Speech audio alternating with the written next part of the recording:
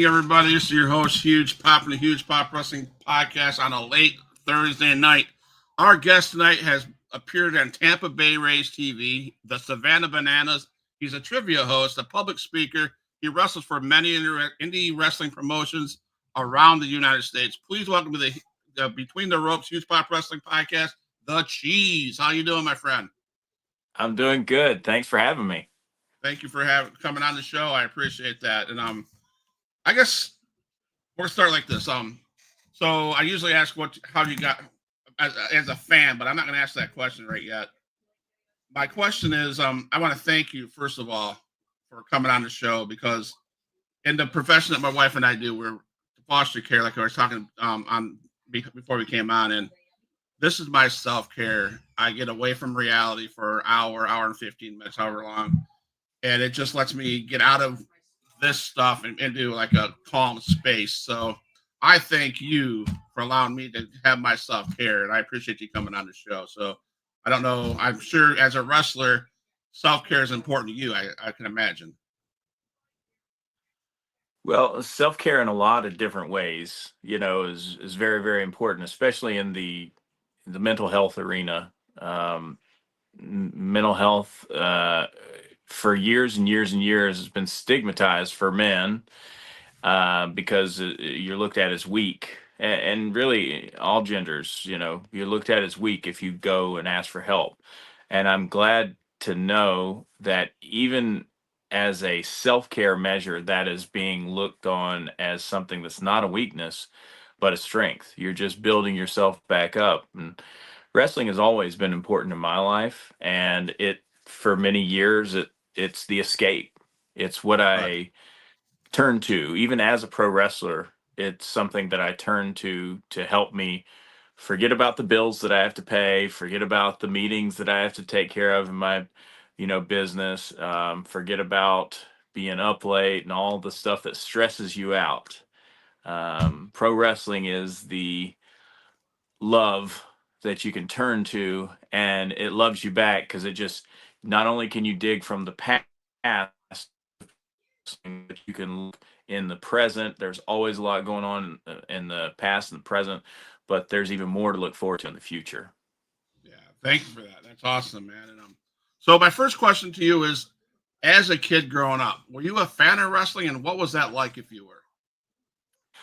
Man, I love wrestling growing up, and um it was the best time that I had from a family standpoint. There's, as you know, being a emergency foster parent, not everybody grows up with this amazing childhood. And, I was poor as dirt, but we had everything that we needed. And the main thing that we needed was each other. And my maternal grandparents, I called them my nanny and my papa. They Yeah. were huge wrestling fans. My papa was a World War II veteran, a Purple Heart recipient. After the war, he went back to West Virginia to the coal mines. I mean, this guy was a man's man. He was Papa Cheese. Yeah. And he he was such an inspiration to me, and he was such a hero to me whenever I was a kid. If that guy loved pro wrestling, then there's got to be some merits to pro wrestling, right? So I would always be getting in trouble because we all lived in the woods on the same kind of 20 acres property that was some family land that's been our family for years and years, and just completely out in the sticks. And what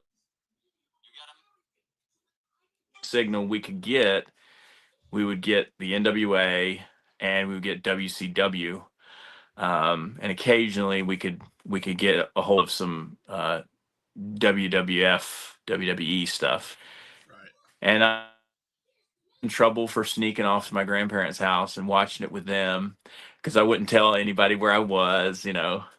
And yeah, I would just watch wrestling and from start to finish, and we talk about wrestling for hours and hours, before and after.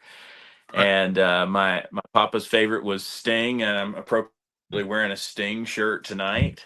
All right. And so Sting became my favorite, and thus wrestling became my my true love. Well, see, we have something in common, man. Did you stand in that line for 3 hours at the River City WrestleCon and meet Sting? I did. I actually had a unique opportunity to the gentleman who was in charge of the meet and greet photography for that is a really good friend of mine. Shout out to Spot Monkey Art and Spot Monkey Photography, and he does a lot for me aside from photography, but he's an excellent photographer, and he was taking the photos for the photo op meet and greet with Sting, and I hopped in and was like, "Hey man, is there anything I can do to help you?" And he's like, "Yeah, of course. I'm like drowning here." And of course, so I helped with the line and everything. And I had wrestled the day before, I think, Yeah. or that day already. And so I went from my table to helping him out. Of course, it's Sting, you know. So Right. I Yeah. I actually got to meet him and talk to him and tell him thank you for the impact that he's had on my life. And that was a really like, gosh, that was such a cool moment. Such a Yeah. cool moment. One of my wife's favorite moments of the WrestleCon is we're sitting by DCCW, the Christian It, wrestling promotion, yeah. and I'm talking to somebody, and I'm getting ready to finish up that and get in the line, and the guy grabs a hold of my wife because my wife had a camera. He goes, "Follow me," and she walked out the doors, and she looked up, and Sting was like 3 feet away from her, so she's like click click click click click. So it was pretty cool, and so she loved it. And she's not a huge wrestling fan at all, but to do that, she talks about it today still, So I just River found City it Wrestling interesting. Con is a great one. Yeah, I just found it interesting that you are not only a wrestler, a business owner. You work with Savannah Bananas, and you're a Yeah. dad. So how do you manage all of that and be a dad and be any kind of energy, have energy? Uh, it all there's a lot of different directions I could go with it. The big thing that I would really boil it down to is passion. I'm passionate about so many different things. For a long time, for a long period of my young adult life, I lived in the service of others in the sense of I wasn't doing anything for me. And so then after I broke out of that shell and became more me than I've ever been in my life, um, I realized I was passionate about a lot of things, and there's a lot of things I needed to do, not just wanted to do, but needed to do. And it was no particular order that all the things that you listed were things that I found myself needing to do. Um, it's just, yeah, it really just boils down to passion. It is a balancing act. I would say it's not for the faint of heart. If you're easily flustered, or I'm an easygoing person. Like it takes a lot to be very angry.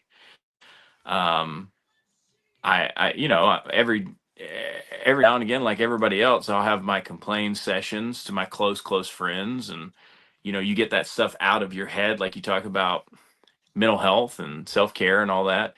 Talk to somebody; it's very important. You get that stuff out, but it is a balancing act. I've my wife and my daughter, and we have a child on the way, and Wow. we it's there's a lot of times there's if I'm out late, or if I'm coming back from a show, or coming back from my landscaping business that I have, home improvement business. Really, I do a lot of different things.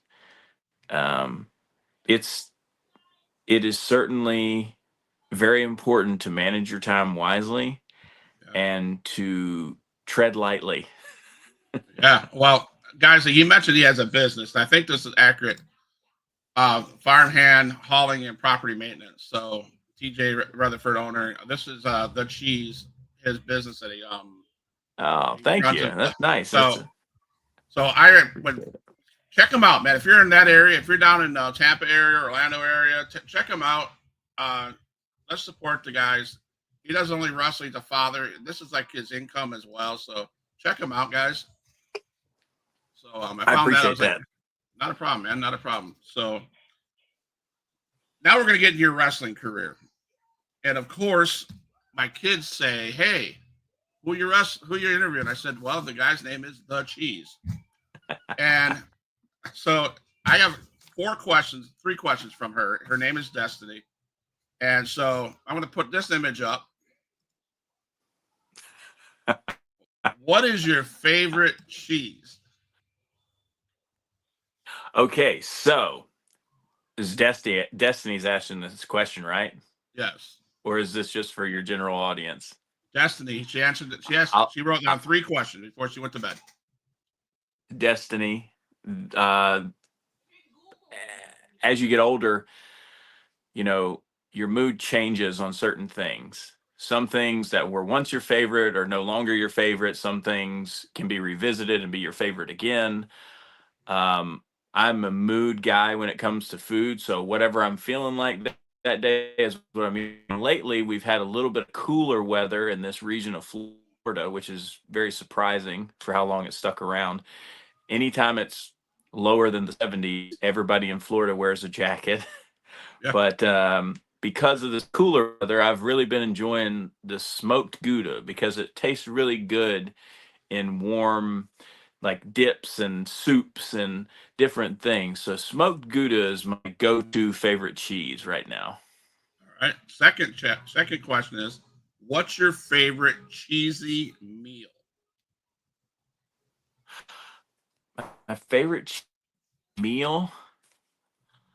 That is a good question. And it goes along with what we were just talking, what I was talking about with the being a little bit cooler weather here. Um, it's as a meal, it's like you can get it at Panera Bread, but some people just make it a standalone. You can make it yourself, but it's the broccoli cheddar soup in the bread bowl thing. You take that bread and dip it in. Mm, It's this cheesy gooey. That's a whole meal. I mean, that fills me up anyway. awesome. Your least favorite cheese? Um, I love all cheeses, but I would, if pressed, my least favorite cheese, I would have to say the cheese. I'll call it the cheese that I eat the least is Lindbergher. Okay. It's not readily available. A lot of people are in this area eating a lot of Lindbergher cheese. Right. Not a lot. So she has one last question, and it goes along with your name, your how'd you come up with the cheese? And I dug and I dug and I dug and I was like, and I listened to some of the interviews and I'm like, okay. And I thought this would be appropriate to play. Her question is, why the cheese? So I'm going to play this video and then you can react to the video and you can tell us why you chose the cheese to be your character name. Ready? Yeah. Well, I'm here to tell you that you're probably going to find out as you go out there that you're not going to amount to jack squat.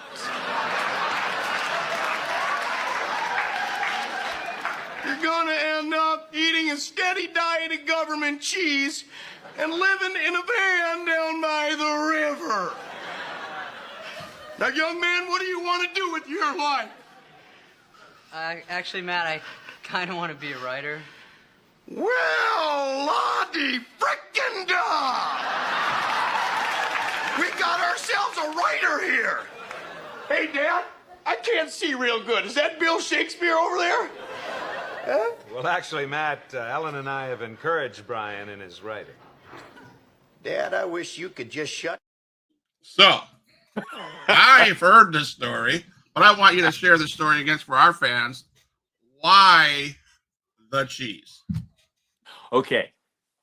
I will go way back, and this is one detail that I have left out in the past. So the way back origin story is when I would watch wrestling with my grandparents.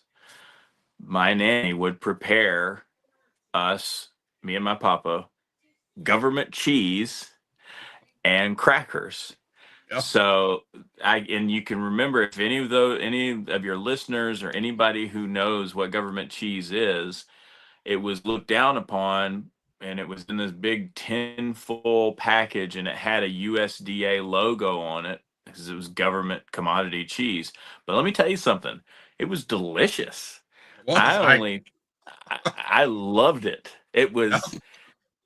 So I think about that from time to time, and I don't really tell that part of it, but I think it's important to tell that, because we were poor, but we were happy. We had what we needed. We had love, we had fun, and we had government cheese. But so that's part of the Wayback Machine. But then moving forward into the future, when I was going through my training, I was trained by and continue to be trained by the great and amazing Jay Lethal, who is by far just one of the greatest humans you could ever meet, and has the most brilliant wrestling mind. Any wrestler, if you have the opportunity to go and talk to him, any fan, if you have the opportunity to go and talk to him, because he is limitless in his knowledge of the professional wrestling genre. Suffice it to say, during training, you do what is called a promo, which is essentially what Mr. Matt Foley, aka Chris Farley, just did in that sketch. He was energetic and he gave a message. And so you want to give a charismatic message. And so we had to do that as part of our wrestling training. And I was very excited. I was the most excited about that because I love the characters. And so I cut a promo, essentially like Matt Foley, a motivational speaker. And I told everybody in the room, because I was a bad guy, I was a heel. I told everybody in the room that they smelled like they were on a steady supply of government cheese. Nice. And Jay Lethal stopped me and said, "You sound pretty mad about that government cheese." And then he laughed and he enjoyed it, he said. And he started calling me government cheese. And then he eventually shortened it to just cheese. And so I said, I think I have an opportunity here. And from that moment, I became the cheese. That's awesome, man. I loved it because that is probably one of my favorite episodes of Saturday Night Live. And when Oh I my seen God, that, yeah. when I heard you say that, I was like, "Oh my God, wow, that's Classic. crazy, classic." Yes, oh yeah, just classic stuff. So we'll back up before training. What happened? Why did you say, "Oh, I'm going to get into wrestling"? What was that moment? I can pinpoint the exact moment.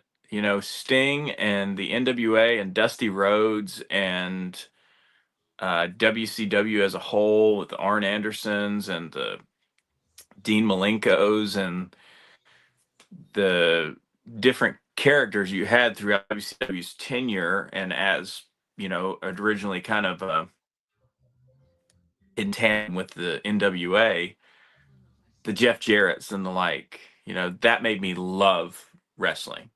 And it was a nostalgic thing with my grandparents too. But what made me want to become a wrestler was a local independent show that was, it made me want to become a wrestler because it made it seem plausible and fun and that I could perform.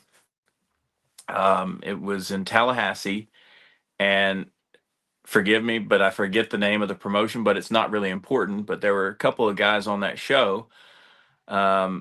Actually 4 different guys. A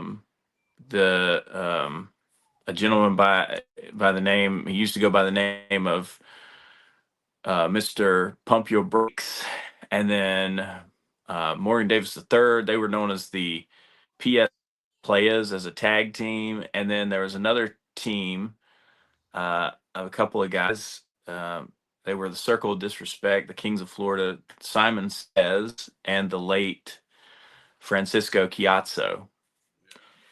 And Simon Says and Frankie made such an impression on me that they were performing at a very high level for a local audience. Like they were giving their their storylines and their passion for this business in front of a local audience. And I was like, man, you know, this is where it's possible. And these guys, whether whether you go for just a local audience, a regional audience, or a national, international audience, it doesn't matter. You give everything you have to your fans, and that's what they did. And it was there that night, almost. It was a decade and a half ago. It was 15 years ago at least that I saw them, and they put on an amazing show, and that made me want to become a professional wrestler. Seeing those guys have so much fun, great chemistry, and good stories, and you know, You it name it, some top players. it changed my mind on whether or not I could or should do that. Absolutely. You named some top names in the Indies, in Florida, especially with Francisco Chiazzo, and that was it's a sad loss that we So it's sad to see him go. He- I had him he on an was- interview. I had him on an interview, and like a month later, he passed away, and I'm like, dang, just to meet, he was so genuine. When I interviewed him, he was all gangsta. He came across in his character, and I was like, oh dang, I thought I pissed him off because I said his name. I said I goofed up his name, and he goes, leaned into the camera, and he goes, it's not, it's Chiazzo. I'm like, oh shit, sorry, you know. And about 10 minutes later, he let me go. He let me sweat. He goes, "Hey, dude." He goes, "Let's pause the interview." He goes, "You're good, man. You're good. Relax." So I'm like, "Okay, thanks." So That's Frankie. Yeah, yeah, that was man. Frankie. He was intense, but he was, boy, he was a force, and he gave back. His ultimate legacy will be that he gave back and trained a lot of young guys. And I never got formally trained with him. He helped me enhance my matches and tell better stories and do different things, because he would tell me, because I would ask for his advice, and he would say, you should tweak this. He's like, what you're doing is good, but you should also maybe add this or take this out or whatever, kind of some solid advice for somebody who'd only been at the time had only been in the business for just a couple of years, and he'd been in for 20, so I think he's a great character, and he had a lot of fun. He did a lot, and I encourage everybody listening to watch his film that he made, Journeyman. It's fantastic, and it's really real. It shows a lot of the struggles of a traveling independent wrestler, just trying to keep the road alive, so to speak, trying to keep that dream alive. And he did.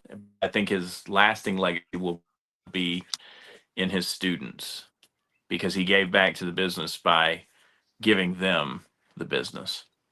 So, how many years you been in the business? It has been 6 now. Okay, yeah, awesome. So I'm still kind of new, but I also, it's all relative, right?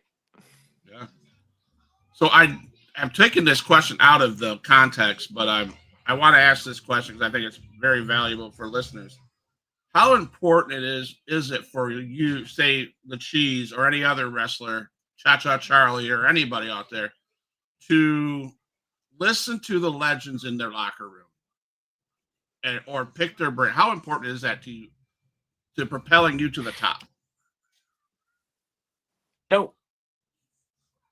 It's interesting.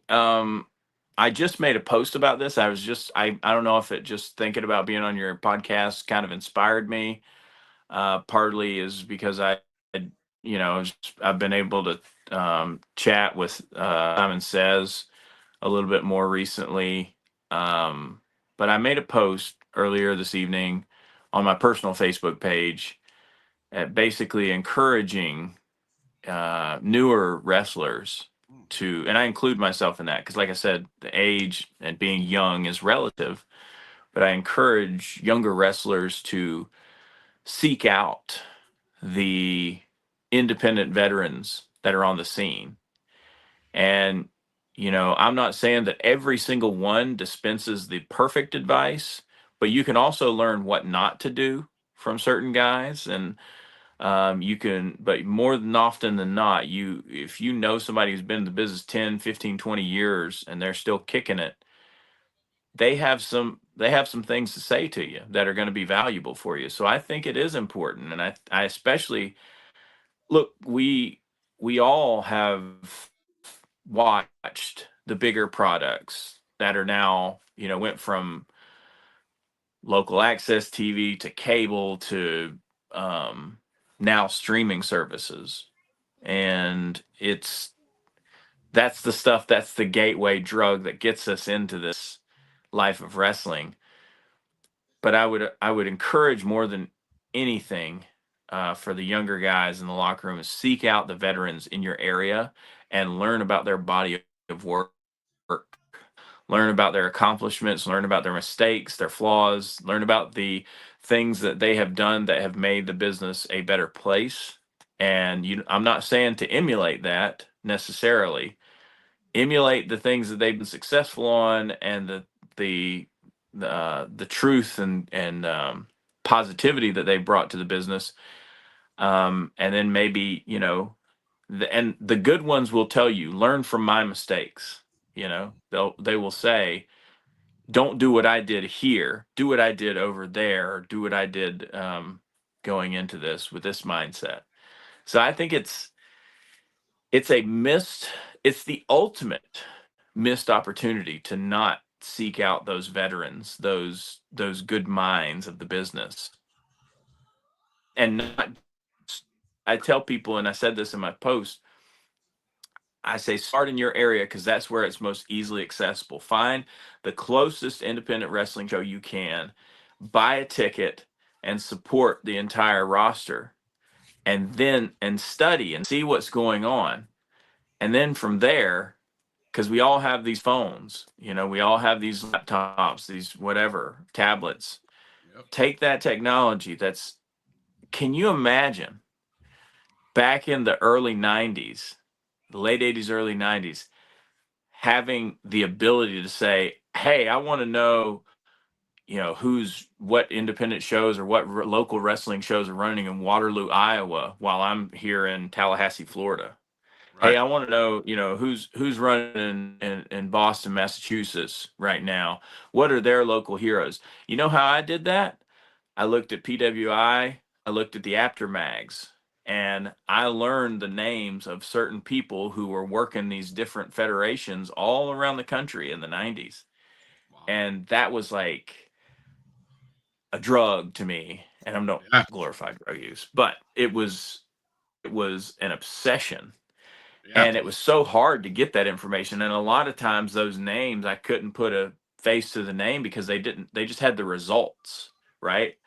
Right. Now you can look up anybody doing anything, and it's the best time to be a professional wrestling fan or an aspiring professional wrestler or a Right. newer professional wrestler, because you have the opportunity to change the game. And it starts with talking to those veterans in the locker room and gleaning whatever you can from them, but coming from a respectful place. Right. Absolutely. Absolutely. What do you consider your biggest match or moment of your wrestling career so far? Oh, wow.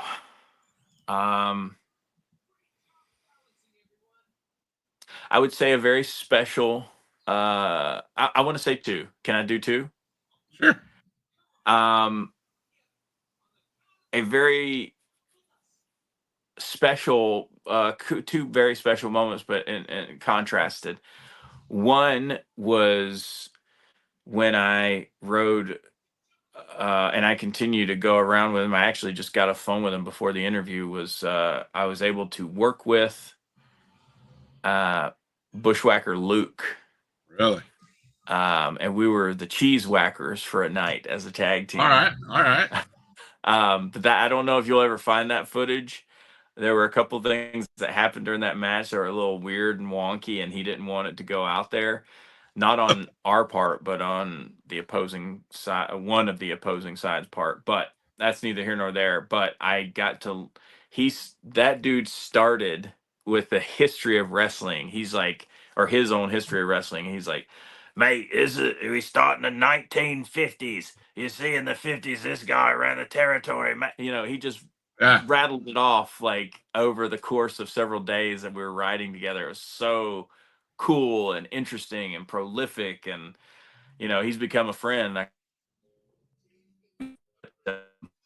That's been an amazing moment, and he continues to make me laugh and amaze me. But a really, really good full circle moment is my best friend Logan and I, Logan Cruz. If you're looking at the Florida scene, check out Logan Cruz, part of the Gifted as a faction. I would encourage you to talk to him and anybody to look up his work, because the fact that that kid doesn't have a contract blows my mind every day, because he's an athlete, he's a promo machine, he's got charisma, he's got intensity, he's fantastic. He's a 10 out of 10 as far as I'm concerned.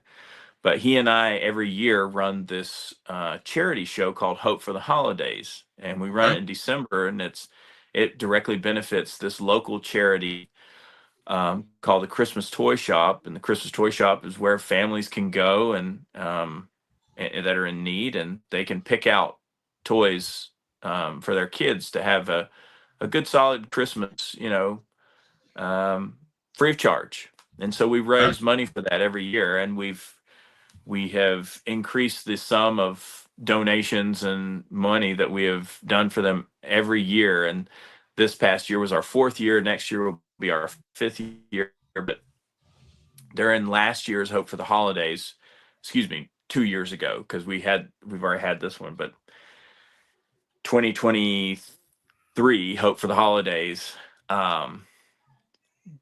Jay Lethal asked to wrestle me. And I mean, what a huge honor to be able to. I had the ability to train with this guy. I was like, I didn't think I'd ever have a match with him, but I did, and I won. I won the match, and it's not a lot of getting in the ring and winning matches against Jay Lethal on the independent scene for sure. But it was really like the one of the ultimate tests, you know, and he had that, for him to have that faith in me. And we put on a great match, put on a great show, and it was I would say that's been one of my biggest ones. You know, there's a lot of things that I could say, but those two things are very, very special to me. All right. So I'm going to have to look up Logan Cruz and send him a message, and maybe he can come on the show. Maybe he can come on the show, and so hopefully he can come on the show and share his story. That'd be awesome, man. But see, the Huge Pop Wrestling Podcast, I can tell you, I started the platform to talk wrestling with my brother at first, and then it turned into, hell, I can give it indie wrestling. I went to my first indie wrestling show 2.5 years ago in Panama City Beach at XIW, Extreme Impact Wrestling. Wow. I fell in love with that. I mean, we had Jackson Slade, Damian Wayne, Vordell Walker, Elvis Shaddix, all those guys, you know, and they were just beating the tar out of each other, putting on some solid, man. You felt like you were part of the event, you know, and that's when I fell in love with indie wrestling. So I was like, you know what, I can give a platform for the indie wrestlers, and that's one of my things I like to do. So give people the platform. I mean, you guys are big enough where, you know, but I still want to give you guys the platform to share your story. So I'll definitely look him up. Please do. So he's great. There was a match that your NWA debut against Mike Orlando. Can you talk about that? The friendship with Mike, that match, or can't you talk about that match? Yeah, it was so we had it was a triple threat. It was myself, Orlando, and a guy called Bison, who's a deaf wrestler. He's totally completely deaf, and he's he's a freak of an athlete. He's a great athlete, and he's been wrestling for quite a long time, and he's good dude. But yeah, it was. What I'd like to say about that match is that it was a little bit too short. It was cut off, and they tried to some of the producers. I laugh about it now, but I was not happy at the time. But some of the producers tried to stop me from throwing cheese, and I was Wow. like, "That I can't. That's my whole gimmick. I throw Right. cheese out to the crowd. I throw cheese at my opponents." And they're like, "Well, we record, X amount of episodes, and we don't want any of the cheese to be in a frame or somewhere where we're going to be doing an episode, several months from now." And I was like, and to this guy's credit, this guy, one of the NWA wrestlers called Brian Idol, he fought for me and he made sure that I was able to throw my cheese. Okay. And so I was able to throw the cheese, and we did that. That one was not televised. That one's somewhere buried on YouTube on the internet. And Okay. the commentator, one of the main commentators, I won't mention his name, but it's easy to figure out. But he didn't have so many nice things to say about our match, and didn't have any much nice to say about me being the cheese. But I didn't care, it was, as far as, I'm not trying to sound ungrateful. I was glad to have the opportunity, but I sold a lot of tickets for that show Yeah. because that's Sarasota. That's about an hour down the road for me. And I got a really good, solid, amazing fan base in Sarasota. And they showed up in droves. I mean, I had their family showed up, a lot of people showed up, and then they ended up putting me first in a dark match. And it's like, all right, cool, guys, that's great. But what happened is after my match, we had the match with Mike Orlando. Mike Orlando won. And Mike Orlando is a good guy, and we ended up being tag partners, and ended up in the Crockett Cup after that. Okay. But after the match, people get night, and it was annoying to the point where Billy Corgan couldn't ignore it, and he picked up a piece of cheese and he kind of flops it around in front of the crowd, and the crowd just went berserk. And then after the match, a lot of people, like quite a bit of the crowd, left, and the ones that were still there, a lot of them that were still there, were chanting cheese. So a lot of people were like, "Oh, you're gonna make some people upset with this." I'm like, "What did I do? I just came in and did my thing and was me. Right. I didn't do anything other than be the cheese." Right. So it was a good learning experience. Let's say it Okay. like that. All right. So now you're down in South Florida. You've wrestled with quite a few organizations down in Florida. Am I right? Yeah. So I got a flyer. I'm sorry. Yeah, that's that. Yeah, hey, that's this weekend. That's This weekend. Thunder Championship Wrestling and Nerd Street Wrestling. We're at this. It's at the Central Florida Comic Con. Okay. Do you have any idea who you're wrestling there? I don't know yet, but what I know is that there is a battle royal called the Nerd Street Cup, and I am going to be a participant in the Nerd Street Cup. Now, if there's another situation that happens, because Bushwhacker Luke is also going to be there, Okay. something else may happen. I don't know, but I would encourage anybody within the sound of my voice that can make it out to Lakeland this Saturday to go check that one out, because it's going to be an awesome show. I mean, Danhausen is going to be there. Who knows what he's doing? Right. One of my other trainers, the Technical Alchemist, David Mercury, he'll also be there. Yeah. You got Milo Beasley, you got Boots, a lot of Florida names that are going to be on this. Noah Vale is going to be there. They're awesome. It's going to be fantastic. I can't tell you how important that show is going to be for wrestling in general. Awesome, man. And now we're gonna move into fans and what fans mean to wrestlers. And there's how do you feel when you come through the curtain and the fans are going nuts with cheese, cheese, cheese? I seen it at River City WrestleCon. I will say you and one other guy, and I don't mean a name drop, but Cha Cha Charlie. If I had to say two people that had the crowd just going, was you two. So, what is it? How does it feel when you can hear as you walk through those curtains your name, the chants? What's that make you feel? Well, real quick, Cha Cha is an amazing performer, amazing athlete, and I recently had the opportunity to work with Cha Cha in St. Petersburg for Coastal Championship Wrestling. Shout out to CCW. We had a fun time at that show, and that match either does or will live somewhere on YouTube. So I would encourage you to go check it out. We had a really fun match, but he does rile up the crowd. We're kind of, a lot of people say that we're kind of de facto the big fun over baby faces in Florida. And we wear that with pride. Charlie's a good guy.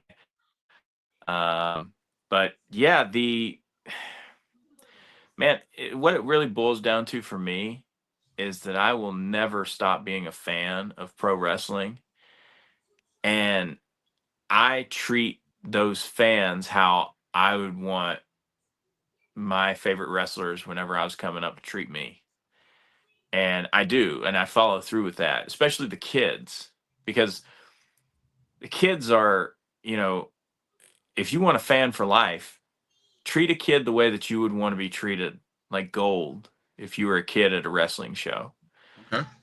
I've been in the business long enough where there have been kids, kids that have preteens become teenagers, and kids actually come up and join and become wrestlers and all that sort of stuff that they've watched me, and that is, for such a short time, I've packed a lot into this whole wrestling game, and I think that without the fans, you have absolutely zero, zilch, nada, nothing.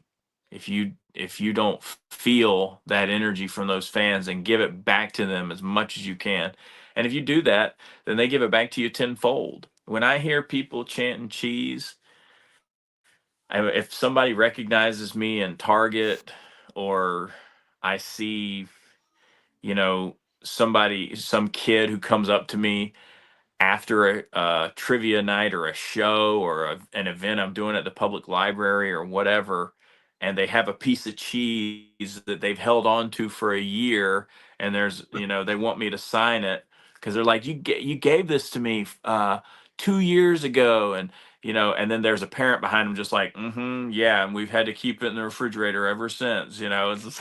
So I love stories like that, and I love broadening and strengthening connections with family. Yeah. This as being a foster parent, being a parent, Yeah. period. Yeah. There is nothing more important than the safety and the health and well-being of that child. And part of the well-being is making them feel like they matter. That's right. And so if a crowd of people are going to make me feel like I matter and go cheese, cheese, cheese, I'm going to give my heart, my soul, my spirit back to them every time I see them. And I'm not asking for receipts. I'm not asking for anything in return. I just want to be part of them, and I want them to be part of me. That's how it makes me feel. Yeah, awesome. That was probably one of the best answers to that question. Honestly, I get all the basic answer is, fans are important. They, whatever. But I thank you for that. I really do, because you are right. These kids want to feel important. They go out of their way to make you feel important. So I'm glad I'm so excited to hear that you give back. That's just so amazing. What's your signature move? I have several. I've got my own moves of doom, like the great one, John Cena. He's not the great one. The Rock's the great one. Sorry. He's you can't see him OG, but I would say I'll give you I've got my finisher, which is the DD cheese, which is essentially a scorpion death drop. And I just yell, DD cheese. And then I hit my opponent with a piece of cheese on the chest and they go down. And then there's the tilt-a-wheel of cheese, which is a tilt-a-whirl backbreaker. Okay. So a tilted wheel of cheese. And then I have the cheese boards, which is double splash in each corner. Okay. And then I have the pasteurization process, which is comes after the cheese boards. Okay. And yeah, I mean, I also have something I've been doing, lately is the lethal cheese, which is partially named by Jay Lethal, and it talks about how lethal the cheese is. I palm strike, pow, with a piece of cheese, and the cheese goes flying, and it's an amazing visual. Okay. But another one I've used recently is the Leaning Tower of Cheesa. Right. As Take that from the Goofy movie. From the Goofy movie, yeah. Yeah. Which is a standing vertical suplex, and we hold it, and then when we start to lean, I say, "It's the Leaning Tower of Cheesa." Boom. Nice. I have to throw this up here. This Joshua Witt has been on the show. He's been listening for the last 47 minutes. So he has this to say. He went into detail with that, and that's a good thing. And like he said, the kids and the fans are important. If it wasn't for them, the wrestling world would not be here. So That's right, Joshua.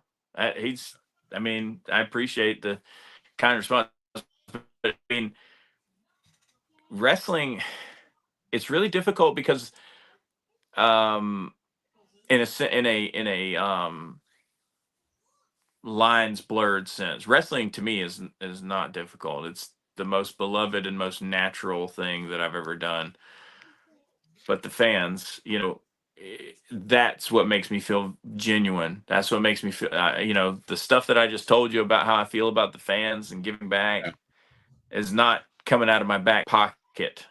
It's coming straight from here and straight from here, so it's really important to me. When I see guys that don't give enough attention to their fans, it breaks my heart because, not everybody is going to be fan of cheese. Some people are lactose intolerant. I get it. No problem. But if you've got somebody that's looking up to you, especially a small child or a teenager or another adult, if they're looking up to you, you owe them. You owe that opportunity for interaction. So I appreciate Josh's comment. That was, that's just truly how I feel, and I could talk about it for days because I honestly, that's not a character thing. That is just truly what's in my heart. Yeah, absolutely. So where can people get your merchandise? So you can go to, I have the obligatory Pro Wrestling Tees shop that people will buy stuff off of there. It's prowrestlingtees.com. If you search for The Cheese, I'm on there. There's the other way is through a website called Devoted Brand, which is my good buddy and business partner, Michael Devoted, aka Michael Biller. He's a tattoo artist, and he is an artist in general, and he does some phenomenal pieces, and he does the most amazing shirts. So devotedbrand.com, you can get them there. I have several shirts up, but the best way, my favorite way, is when people come and buy them at the shows that I'm at. If I'm at a show or a con or I'm doing a public meet and greet or something, I love it when people come to those, because then I get to interact with you. I get to talk. I can sign your shirt right there. I can sign the 8x10, trading cards, all that kind of stuff. So those are the ways you can get them. Awesome. So what about your heroes in the business other than Sting? Other than Sting, I mean, so I've very clearly borrowed from Sting's moves. Correct.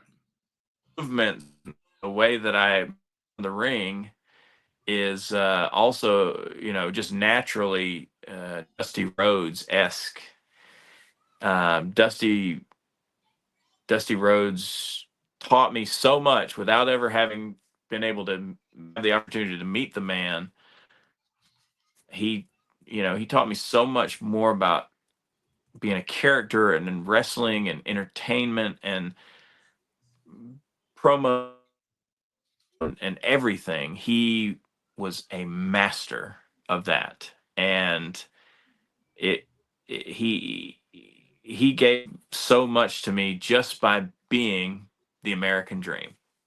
So Dusty is another big influence, but he's like definitely he's up there with Sting. He's like number 2. Okay. So, what is the toughest part of what you do as a professional wrestler that most fans like myself may not even know that you do, that you go through? You mean like in the ring or outside, just like hard in general surrounding the business? Yeah, surrounding the business. Yeah. It's the sacrifice that I make from not always being around my family. I take as much time as I possibly can to be with them. But that's the hardest part. And that's the part that nobody talks about or nobody knows about, is when you're chasing that dream and you have this incessant need to entertain people and spread around as much love as you possibly can. There are late nights where I get home and my daughter's already in bed and I don't get to see her that day, or my wife's in bed, I don't get to see her that day, or it and then sometimes I'll go to a local wrestling show and I make hundreds less than what I could be making for if I were to be doing my business. So there's sometimes a financial sacrifice, and sometimes it's a lot of times it's more of the personal sacrifice. Nobody hears about that, and I'm not trying to give a boo-hoo story or anything like that. I'm not saying woe is me, because I'm happy, I'm living my dream. But Right. like I said earlier, you do have to tread lightly, and family is the most important thing, but there is a balance that is, you have to work on it every single day. Absolutely.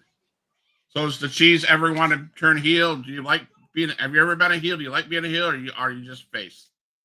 Well, when I started training, I was like, I'm going to be, I didn't think, like I said, I didn't start out thinking I was going to be the cheese, but in training, I've given heel promos and been a heel and all that kind of stuff. And I don't foresee a world where I would be happy being a bad guy, just because so many kids look up to me and have fun with the character. And of course, it's easy to go, oh, he's stinky cheese. He's expired cheese. I mean, it's all right there. Right. Yeah. But I'm happy with being the cheese as it stands now, as a baby face, as we call it in the business. Okay. So, is there any hidden talent or hobby that you might have that the fans might not know about? Oh, that's a good question. I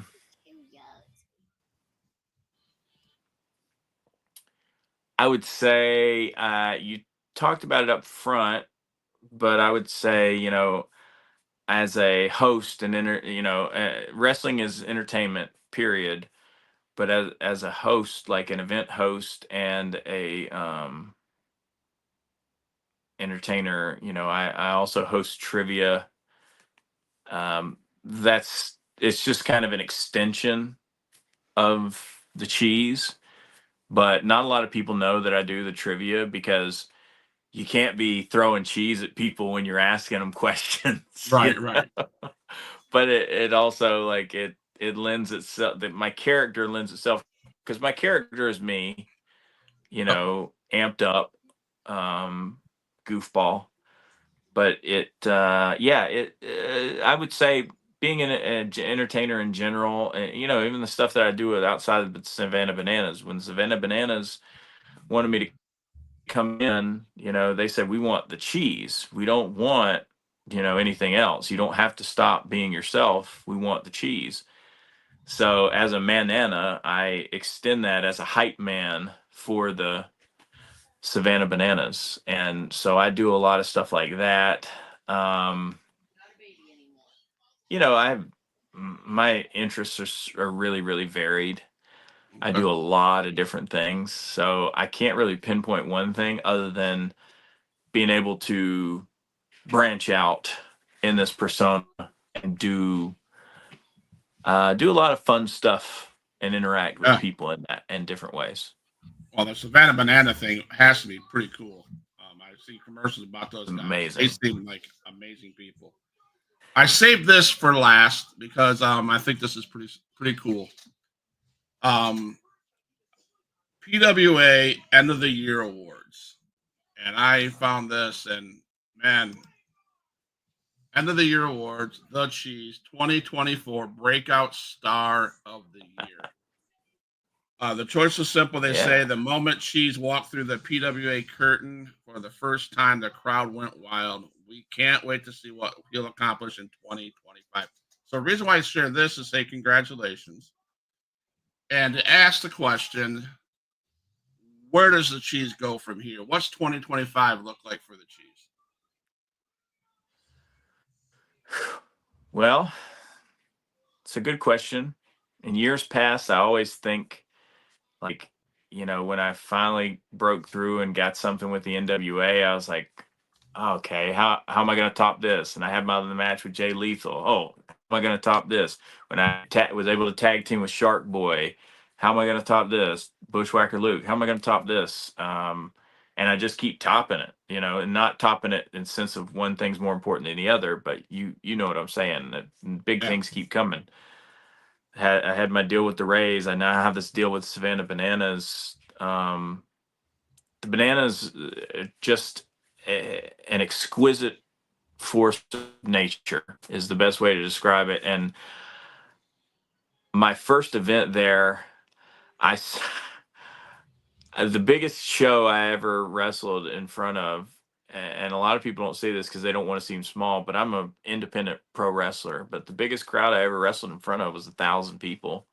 And when we went to Clemson, South Carolina, in their baseball stadium with the Bananas, it was over 5,000, and that's a small thing for them because they sold out Raymond James Stadium here in Tampa.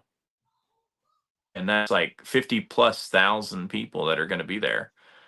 Same thing for Miami. Same thing for Fenway. All these different national parks. So what I'm looking forward to in that is, at Clemson, I signed so many autographs. I had to shorten my name from The Cheese to just CHZ Cheese, like that, because I signed so many autographs. And I think I don't want to be cocky or arrogant or, whatever about it, but I think this is going to broaden my name recognition. My hope here, what I'd like to do next is achieve a lot of personal goals. I'm going to be achieving a lot of professional goals with the Bananas. And, like just for example, this weekend, I've never worked at this Central Florida Comic Con. I've never worked for Nerd Street Pro Wrestling or Thunder Championship Wrestling. I think those are two really cool things. I'm checking some really big boxes there.